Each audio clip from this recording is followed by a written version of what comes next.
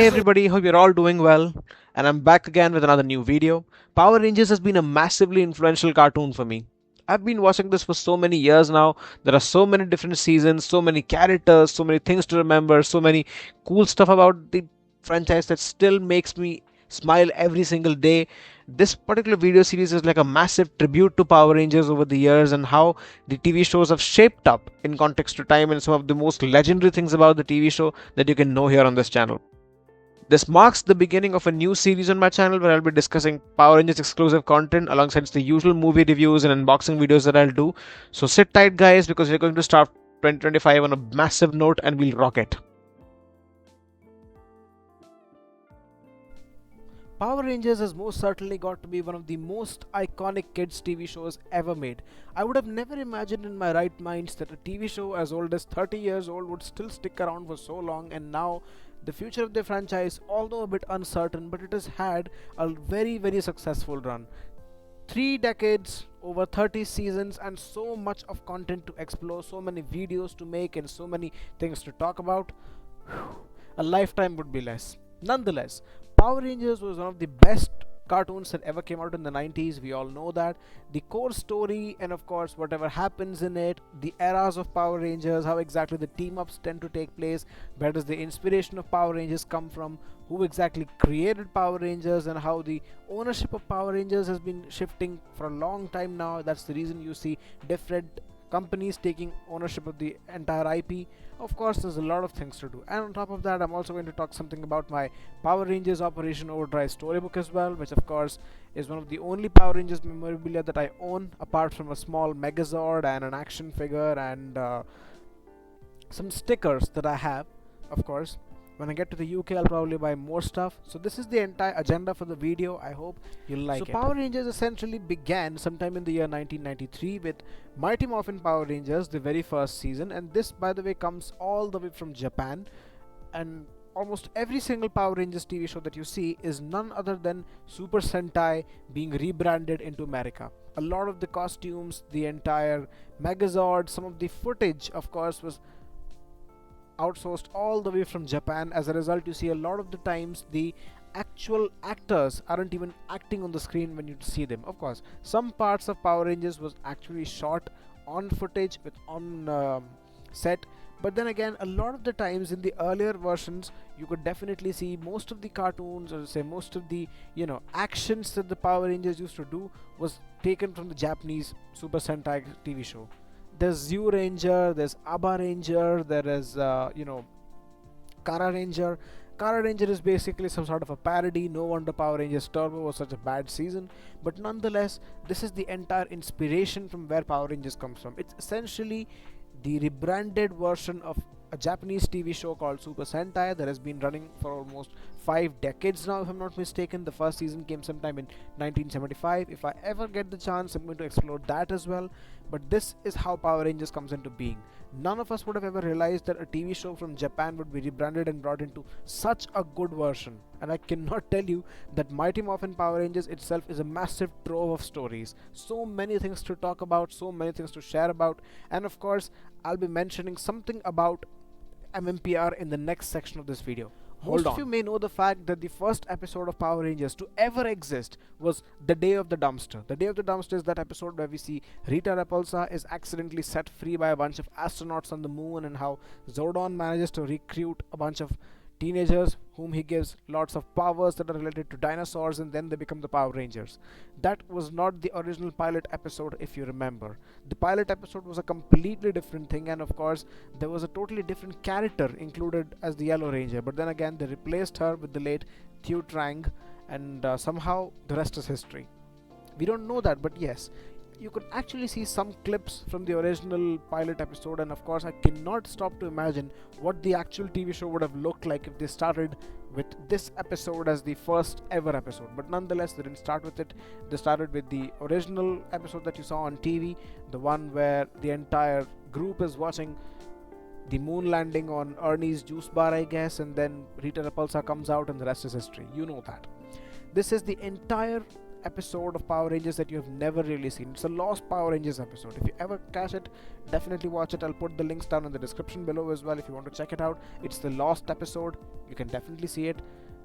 With this, we move on to the next section of the video where I talk about the eras of Power Rangers. Power Rangers has been through many eras. Of course, I can tell you the first era would definitely be the Zordon era of Power Rangers, which lasted all the way from MMPR to Power Rangers in Space, where we see how exactly the intergalactic conflict between Zordon and Rita Repulsa managed to become a much bigger conflict as opposed to what it was shown in the first season.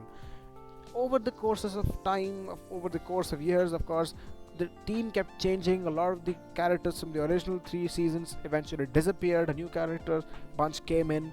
Turbo, of course, happens to be like the bridge between, the good era and of course the great era of Power Rangers, where we see In Space, one of the finest seasons ever made, no questions about that. And the ending of that season, Countdown to Destruction Part 1 and 2, is perhaps one of the best finale episodes Power Rangers has ever made.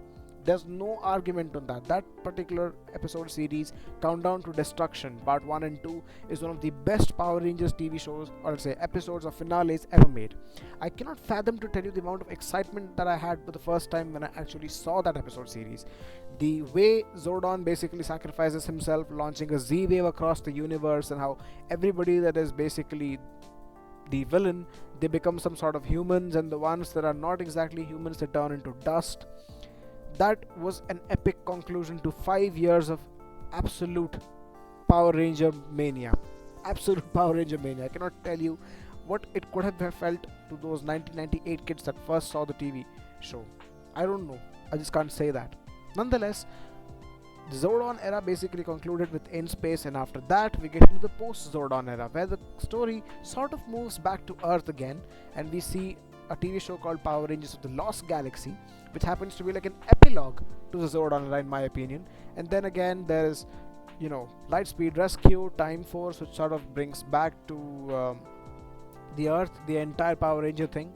Time Force, by the way, one of the most innovative and best seasons of all time, happens to be set in the future. The Power Rangers come back in time. There's an ancestor of the original Red Ranger in the future. He apparently manages to be the leader. Of course, though Jen is the leader in my opinion, but nonetheless, one of the greatest Power Ranger TV shows ever made. A very strong story, a very well written plot, and of course the character progressions across the entire TV show are absolutely cool. I have to say that some of the portions in the TV show are actually well made, and some of you could also say that this particular TV show, Time Force, was like some sort of a precursor to Power Rangers SPD, which again is one of the greatest TV shows made in the upcoming eras as well. Of course, the Neo Saban Era is questionable, but we'll get into that in the later video. Once the Saban era gets over in 2002, we get into a completely new era of Power Rangers, that is the Disney era, which I should discuss in the next section of the video. Disney era of Power Rangers is largely simple. With Saban gone, you could not exactly use a lot of the older Power Ranger footage and a lot of the older Power Ranger characters to bring into your mainstream narrative, which makes it feel as if Ninja Storm was a completely different season as opposed to what the other Power Rangers used to be. You would not feel an ounce of resemblance to the thematic tone or thematic quality of the previous 10 Power Ranger seasons. No wonder this looked like a fresh start. Fast forward, you have another season called Power Rangers Dino Thunder, which by the way is one of the most coolest TV shows made in the 2000s, and of course in the Power Rangers lineup as well. And it also features the return of the god, the man, the myth, the legend, Jason David Frank. Yes, Jason David Frank, Tommy Oliver is back again. And of course the legacy episode, or legendary episode that I can say, Legacy of Power, which essentially chronicles the entire journey of the Power Rangers up until 2004, where we see the new Power Rangers team take on Mesogog, who is the villain of the entire TV show. Nonetheless, I do feel that Dino Thunder was a great show. It brought back Jason David Frank, who was like an original member of the Zordon era, and somehow he's the only connecting link to the actual era, because you know that if Tommy is in Dino Thunder, then that means he must have been a part of the older Power Rangers as well. Sort of, they managed to bring everything into continuity. Fast forward, we get SPD, which is of course a futuristic TV show. Then again it goes into the whole, Jack and Z being some sort of renegades who get hired into SPD. Then there's the Omega Ranger, who's from the future. There's their leader, that is Commander Kruger, who manages to be the Shadow Ranger. Then you have Dr. Cat, who is the Cat Ranger for just a little while, but of course in the Japanese version there was a longer role for that character if I'm not mistaken. And again, the ending of Power Rangers SPD has to be one of the finest endings of any Power Rangers TV show in the Disney era. I have to say that. The ending for that particular TV show, particularly SPD, is goated. Unbelievably goated. Then again, you come into the dud, Power Rangers Mystic Force. I have seen the TV show a lot. I definitely remember buying a lot of merchandise when the TV show first came out in 2006, when I was around 3 years old or something. But then again, I can tell you that this was not the kind of Power Rangers TV show that you can expect, really. Of course, it does not seem to have a lot of links or connections with the original Power Rangers TV show, if I can tell you. Although there might have been links that I've missed, you can correct me down in the comment section below. But Mystic Force overall was like a disappointment. And then we get into the next era of Power Rangers, where we see 3 seasons: Operation Overdrive, Jungle Fury, and RPM. I would start in the reverse order, of course. RPM definitely was one of the coolest seasons ever made. No questions on that. A very dark story, a very dark origin for each and every character, a very dark plot writing as well. There's no unnecessary humor here and there. The thing is pretty serious. They have lots of lost rangers that manage to come out of the dome city of Corinth, and then again Venjix takes on a robotic form. He sort of defeats the rangers. He deletes 2 of their Megazords and 2 of their rangers as well. But then again, Dr. K, being his creator, she manages to outsmart him, and then everything is okay up until the classic ending of RPM, which by the way gets resolved in the Hasbro Era of Power Rangers. That is, I guess, in the Beast Morphers season, where we see that Venjix actually managed to survive in the Cell Shift Morpher. A twist ending that, of course, was never supposed to be explained, but then they managed to give us an explanation almost 14 years after RPM ended. Nonetheless, a good one. Jungle Fury, on the other hand, is like a hit and miss. Some parts of it were good enough, some parts of it were like fine, but the rest of the season was a meh, complete meh. I can tell you, I did not exactly get excited with the Morphers. I didn't exactly feel anything about the Rangers themselves. Of course, the Spirit Rangers had cool costume designs, and I have to say that they looked good. But nonetheless, apart from that, I don't think there was anything highlightable or let's say remarkable about this TV show.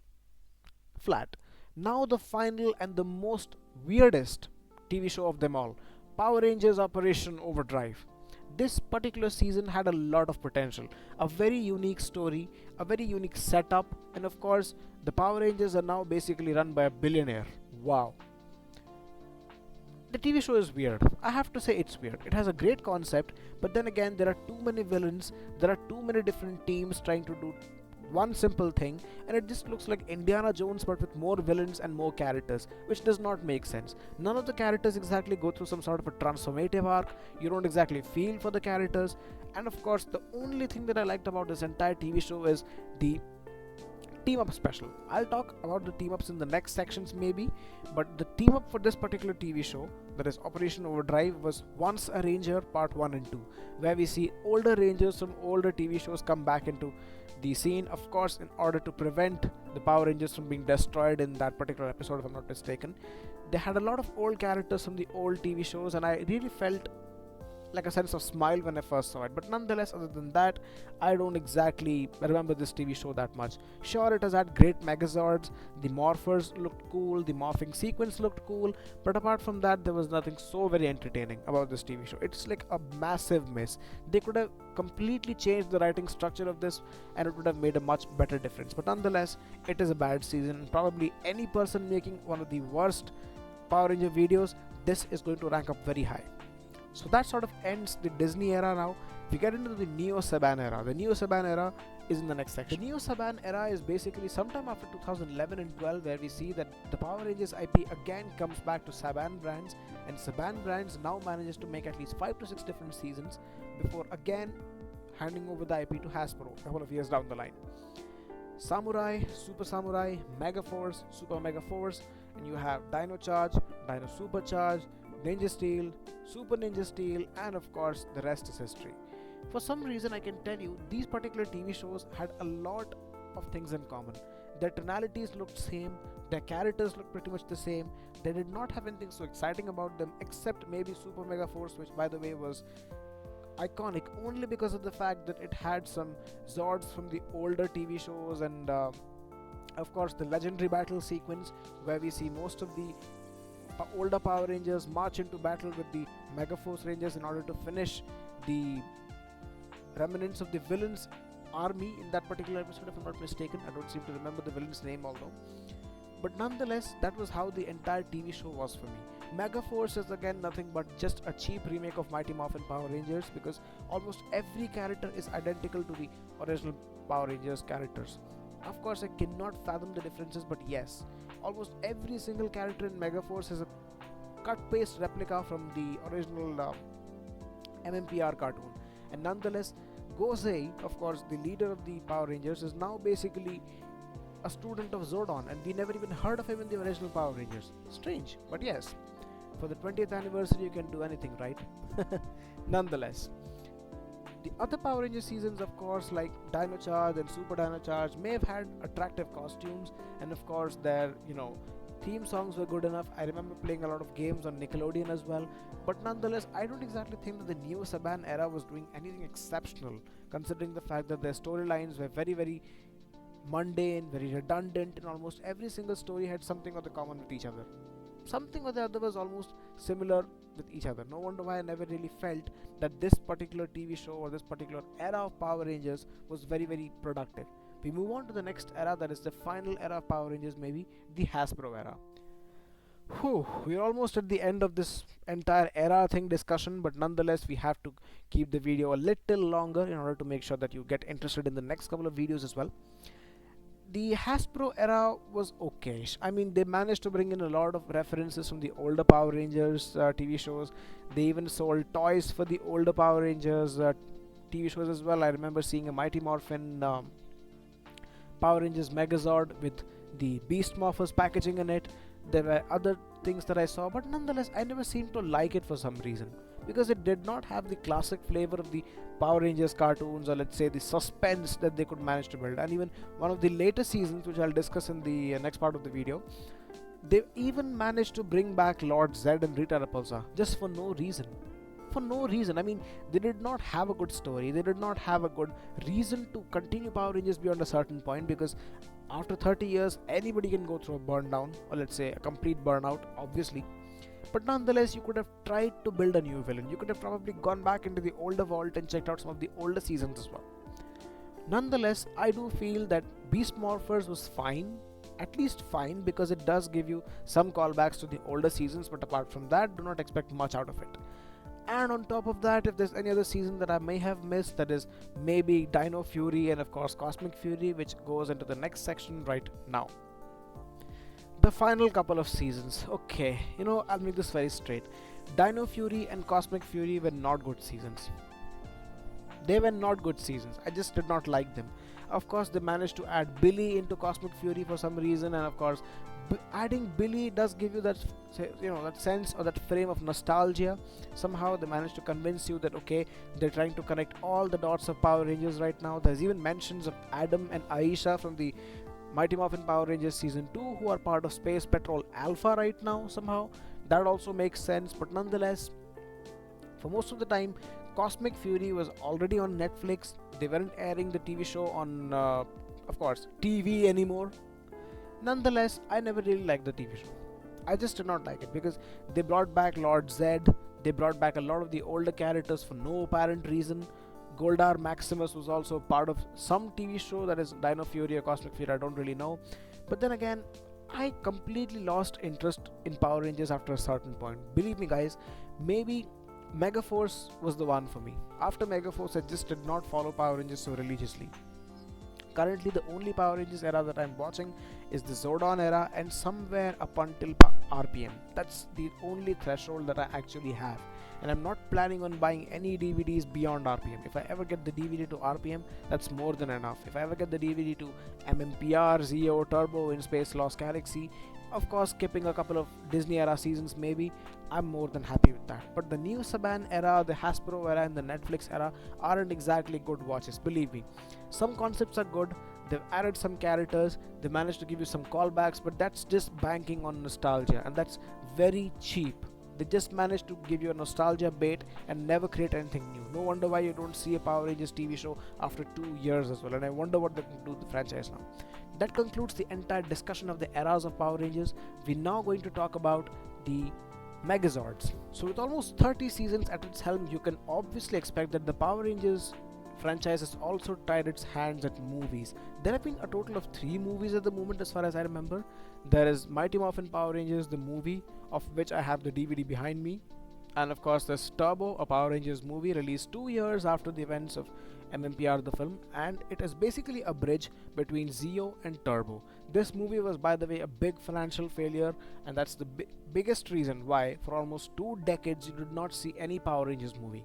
There are apparently rumors of fact that Time Force was apparently supposed to have a film, but then again, with the bad performance of Power Rangers Turbo, let's say the abysmal performance of Power Rangers Turbo, they never really made a movie with Time Force.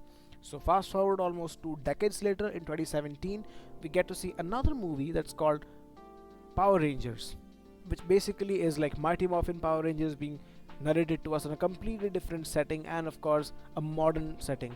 I've never seen the movie, but I've heard that this wasn't exactly an exciting film to begin with.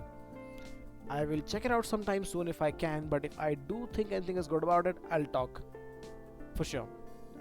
Nonetheless, this was basically the movies. I guess they will definitely bring out a cinematic universe as well.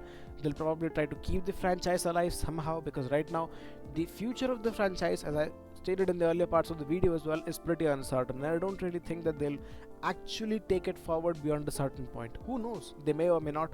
Nobody knows that for sure. But nonetheless, that is the entire video about movies. The Megazords of Power Rangers, well, I can tell you, it's a mixed bag, complete mixed bag. There are some Megazords that you will like a lot. There will be some that you will not like. There are some that are the GOAT.